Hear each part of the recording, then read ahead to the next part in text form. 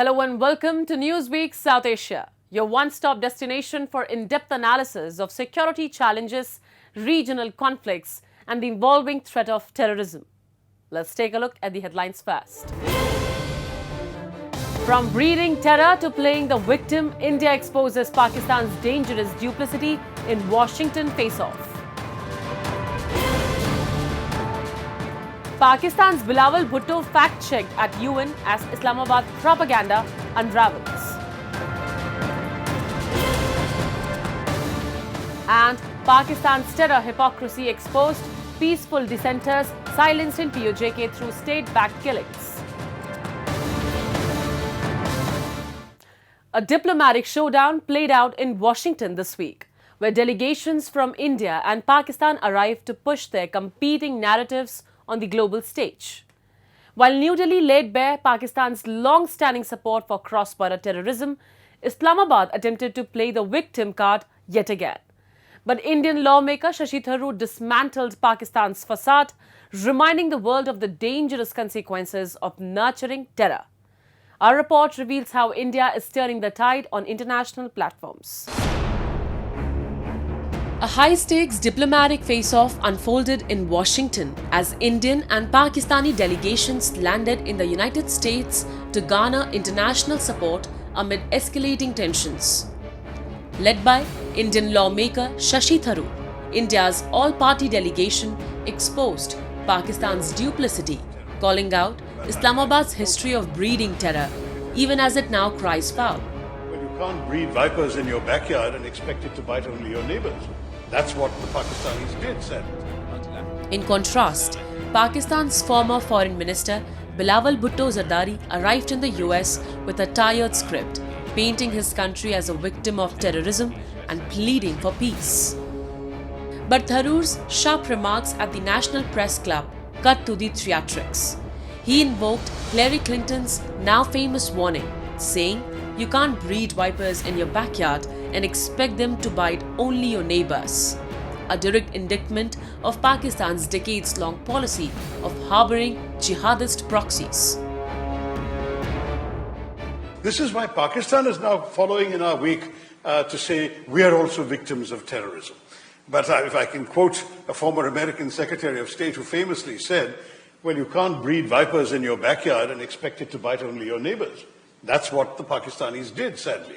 And the result now is that they are being bitten too. I mean, we all know that, for example, the Taliban movement, and in fact, by and large, all these terror organizations were created by the Pakistani military and ISI and so on for specific target purposes. There were some units created to hit India. There were some that were created to take over Afghanistan. They wanted to do damage on both sides, on both of their borders.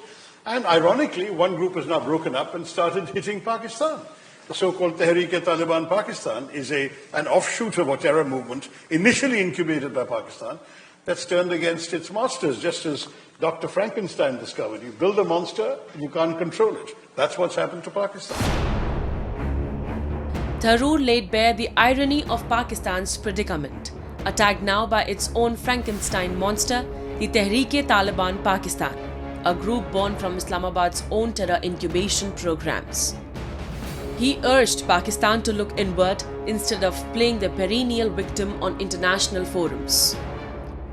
Rejecting US claims that trade diplomacy de-escalated Indo-Pak tensions, Tharoor made it clear that New Delhi refuses to negotiate under duress. His analogy was stark. If your neighbor unleashes his Rottweilers to bite your children, would you sit down to talk until he locks them up or puts them to sleep? India's message to the world is unambiguous. There can be no dialogue with Pakistan until it is dismantled.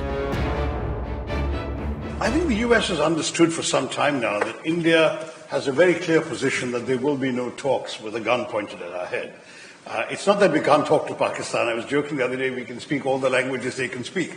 And we're very happy to dialogue with them in any of those languages. The problem is we will not dialogue with people who are pointing a gun at our heads. I mean, frankly, if your neighbor unleashes his Rottweilers to bite your children, and in fact to do worse to your children, and then says, let's talk. You think you're going to talk to him until he either unleashes those Rottweilers or locks them up in a kennel or puts them to sleep? It's as simple as that. You're not going to talk to people who are pointing guns at your temples. It's not going to happen. India's message to the world is unambiguous. There can be no dialogue with Pakistan until it dismantles the terror infrastructure operating from its soil. No trade talks, no cooperation on water sharing, and certainly no normalization, unless the gunfire at the border ends. Meanwhile, New Delhi has taken its opposition to the next level, objecting to international financial aid being funneled into Pakistan. India flagged its concerns to the Asian Development Bank, warning that the development funds might be diverted to military expenditure or used to drop Islamabad's crumbling economic system. Citing Pakistan's abysmal fiscal record, poor tax revenues, and repeated misuse of aid, India highlighted how Islamabad, despite receiving global financial assistance, has already returned to the IMF for a 24th bailout. A clear signal that past programs have failed and future support risks enabling military priorities over public welfare.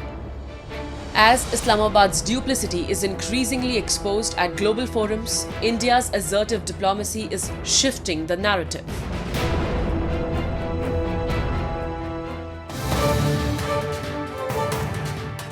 Moving on, Pakistan's diplomatic theatrics continue to backfire on the global stage. In a recent press briefing at the United Nations, Pakistan's former foreign minister Bilawal Bhutto Zardari faced public embarrassment after a journalist fact-checked his baseless claims about Muslims being demonized in India.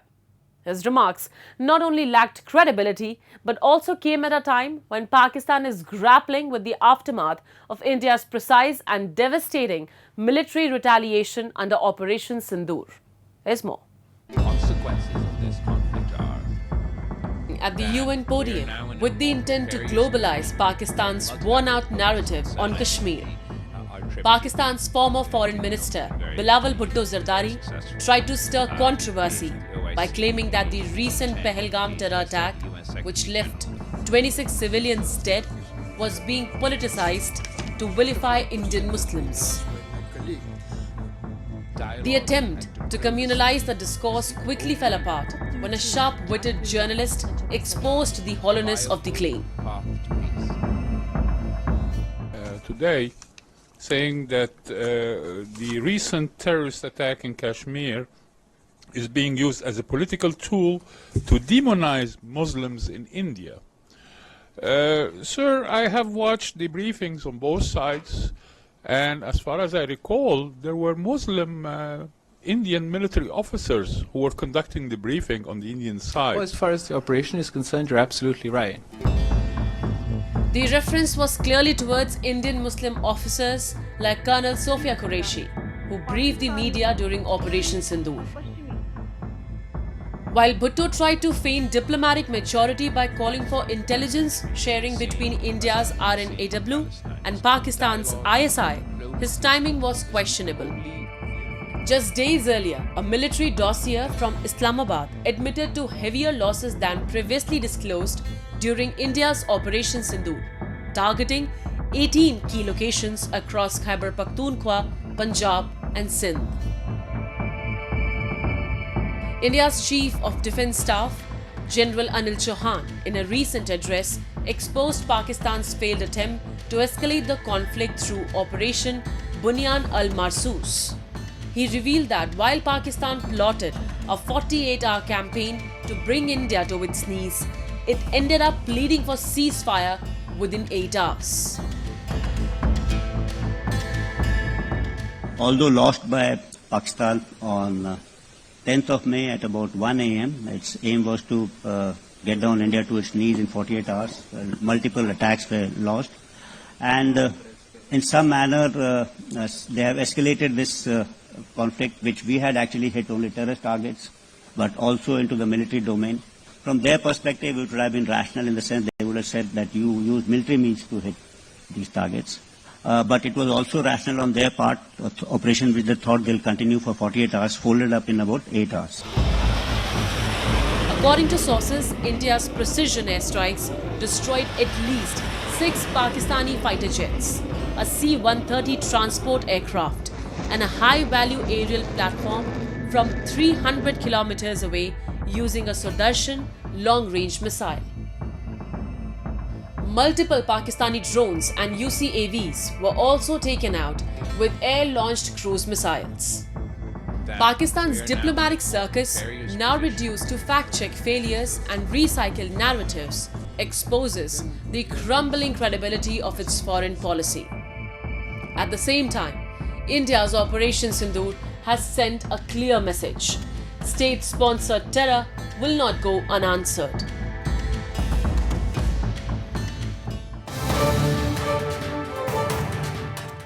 Pakistan has long portrayed itself as a victim of terrorism on the global stage. But beneath this crafted image lies a brutal reality.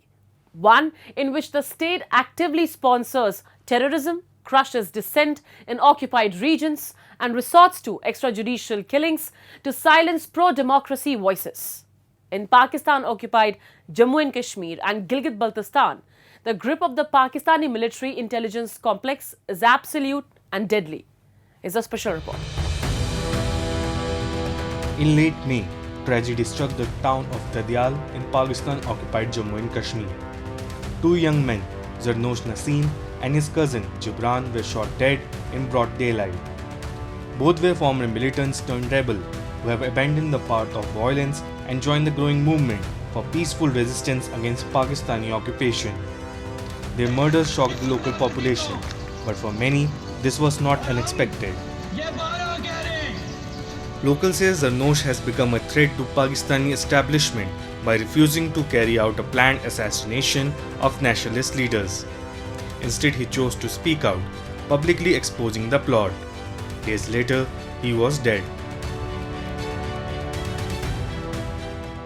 Zarnosh Naseem jihad का रास्ता छोड़ के, बंदूक का रास्ता छोड़ के, वो पुरअमन जिदोजहद, पुरअमन सियासी जिदोजहद करना चाहता था। और चूंकि उसे पाकिस्तानी रियासत की उन तमाम करतूतों का इल्म था जो पाकिस्तानी रियासत हमारे नौजवानों से करवा रही है, जो इनके साथ जो खेल खेला जा रहा है, वो उसका चश्मदीद गवाह था। और ये एजेंसियां, पाकिस्तान की एजेंसियां और पाकिस्तान की एस्टेब्लिशमेंट वो सबूत मिटाना चाहते थे जो जरनोश नसीम की शक्ल में हमारे पास मौजूद थे।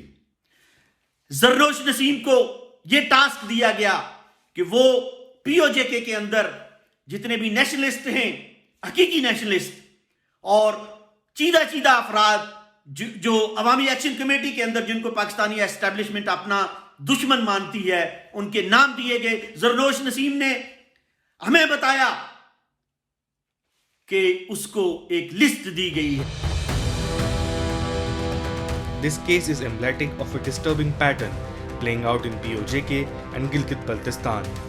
Over the years, dozens of political activists, students, and right campaigners have been abducted, tortured, and killed without any investigation or justice.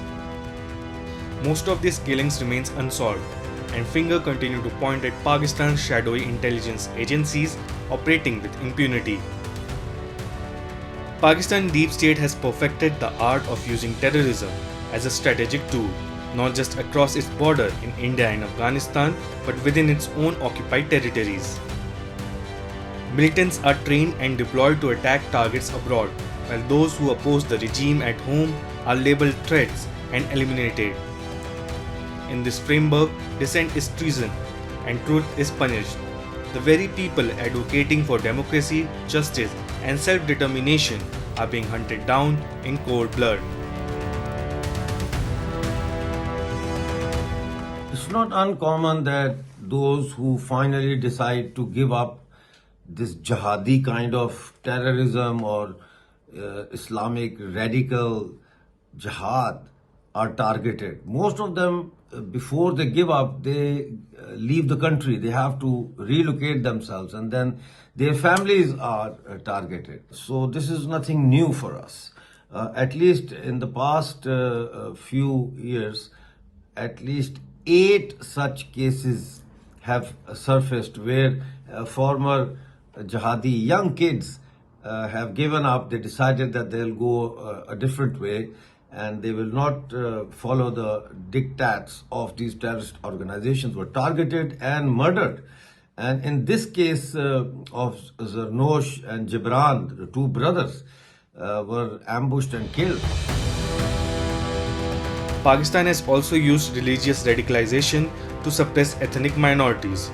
From Balochistan to Gilgit-Baltistan and from Khyber Pakhtunkhwa to Sindh, a campaign of systematic repression continues under the watch of military. Religious extremists are given protection, while secular activists are branded as traitor and foreign agent. In a nutshell, it is that two innocent were ambushed by the police, and a fake encounter took place and they were basically executed. I think they viewed Zarnosh and Gibran as a threat because they might have some information.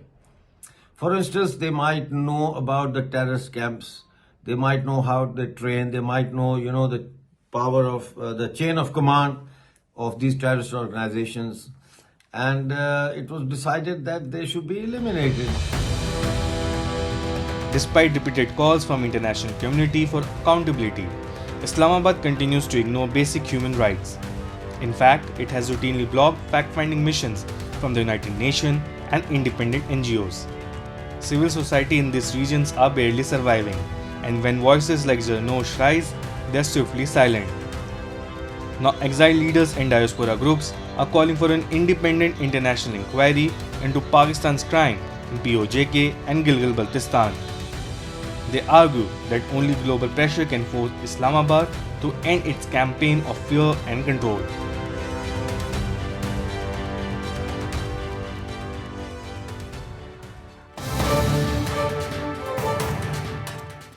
Moving on, the humanitarian crisis in Afghanistan continues to worsen under Taliban rule, with Afghan women and children bearing the brunt of regressive policies and systematic neglect.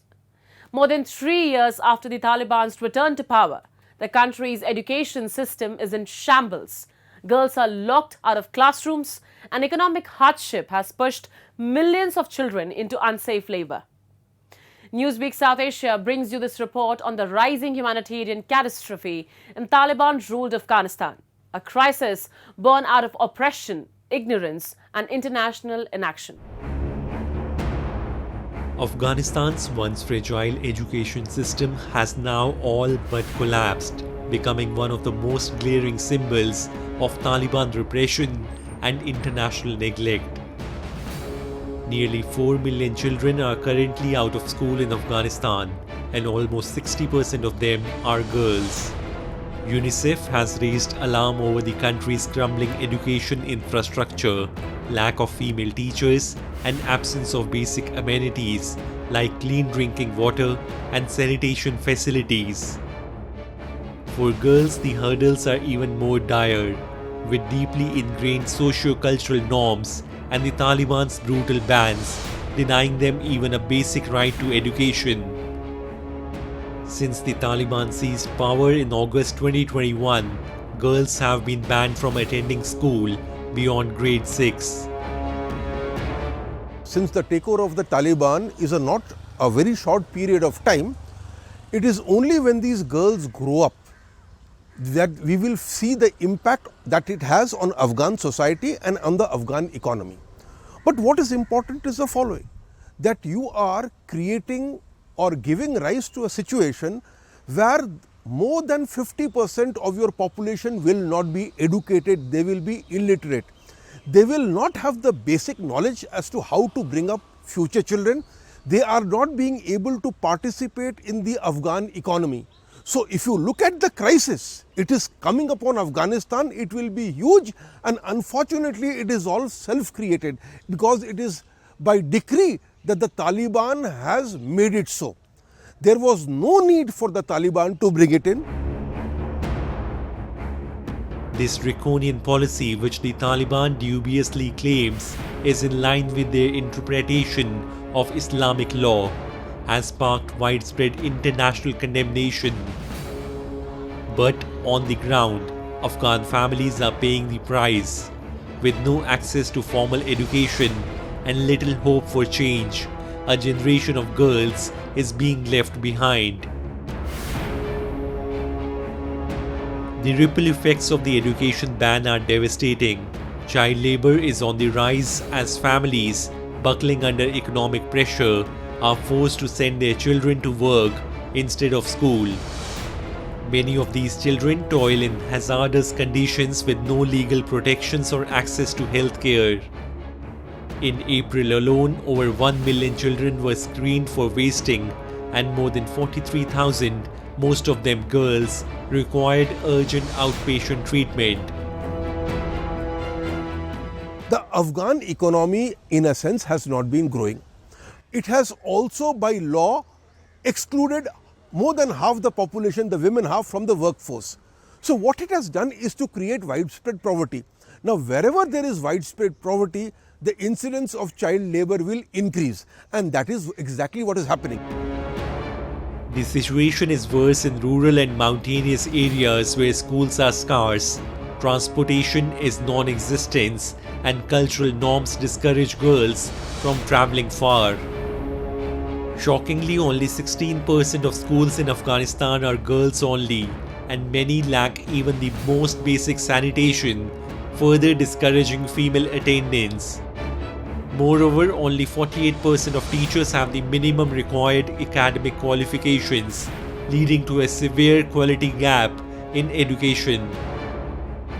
UNICEF warns that unless urgent interventions are made, over 2 million girls could be out of school by the end of 2025. The broader humanitarian picture is equally bleak, with 22.9 million Afghans, including 12 million children, expected to require humanitarian assistance this year.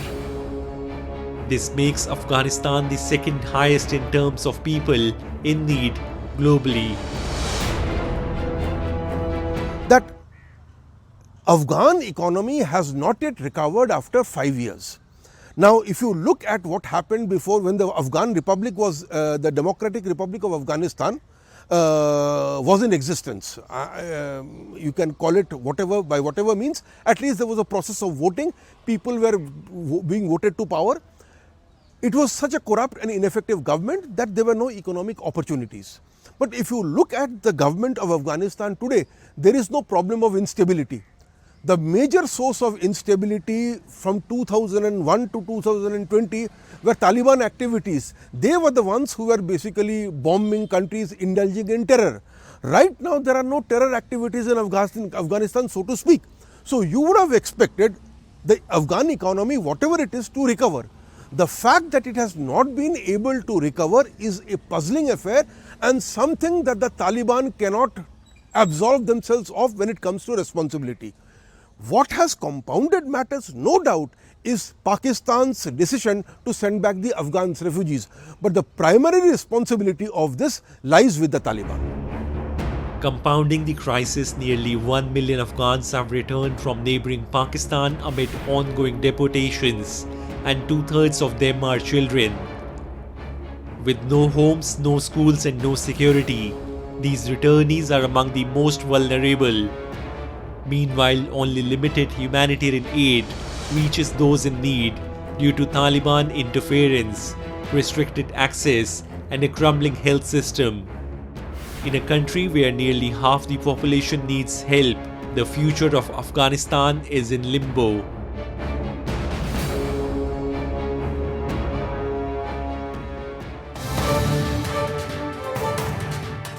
And with that, we come to the end of this edition of Newsweek South Asia. We'll be back next week with more news, views, and analysis from the subcontinent. Meanwhile, do keep writing to us at nwsa@nin.com. This is Shivangi Mishra signing off on behalf of the entire team of Newsweek South Asia. Goodbye and take care.